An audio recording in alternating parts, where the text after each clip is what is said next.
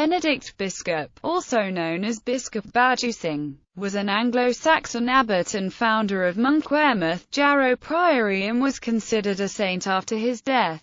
Life. Early career. Benedict was born of a noble Northumbrian family and was for a time a thane of King Oswiu. At the age of 25, Benedict made the first of 5 trips to Rome, accompanying his friend Saint Wilfrid the Elder. However, Wilfrid was detained in Lyon en route. Benedict completed the journey on his own, and when he returned to England, he was full of fervour and enthusiasm for the good of the English Church. Benedict made a second journey to Rome 12 years later, this time accompanied by Alchfrith of Deria, a son of King Oswiu. On this trip he met Acca and Wilfrid. On his return journey to England, Benedict stopped at Lerins, a monastic island off the Mediterranean coast of Provence. During his 2-year stay there, from 665 to 667, he underwent a course of instruction, taking monastic vows in the name of Benedict. Following the 2 years in Lerins, Benedict made his 3rd trip to Rome. At this time he was commissioned by the Pope to accompany Archbishop Theodore of Tarsus back to Canterbury in 669. On their return, Benedict was appointed abbot of Ss.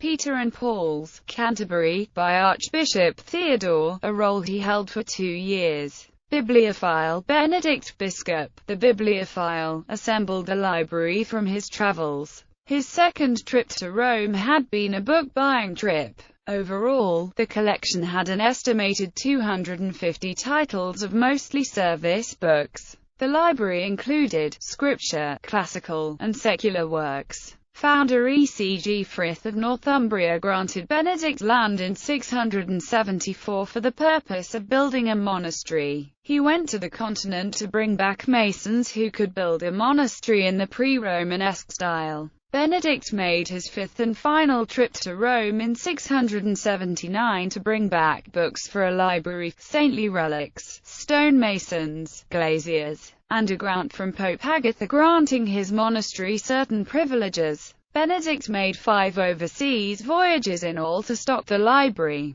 In 682 Benedict appointed Eostawine as his coadjutor, and the king was so delighted at the success of St. Peter's, he gave him more land in Jarrow and urged him to build a second monastery. Benedict erected a sister foundation at Jarrow. He appointed Coilfrid as the superior, who left Wearmouth with 20 monks to start the foundation in Jarrow. Bede, one of Benedict's pupils, tells us that he brought builders and glassworkers from Francia to erect the buildings in stone. Benedict's idea was to build a model monastery for England, sharing his knowledge of the experience of the Church in Europe. It was the first ecclesiastical building in Britain to be built in stone, and the use of glass was a novelty for many in 7th century England. It eventually possessed what was a large library for the time, several hundred volumes, and it was here that Benedict's student Bede wrote his famous works.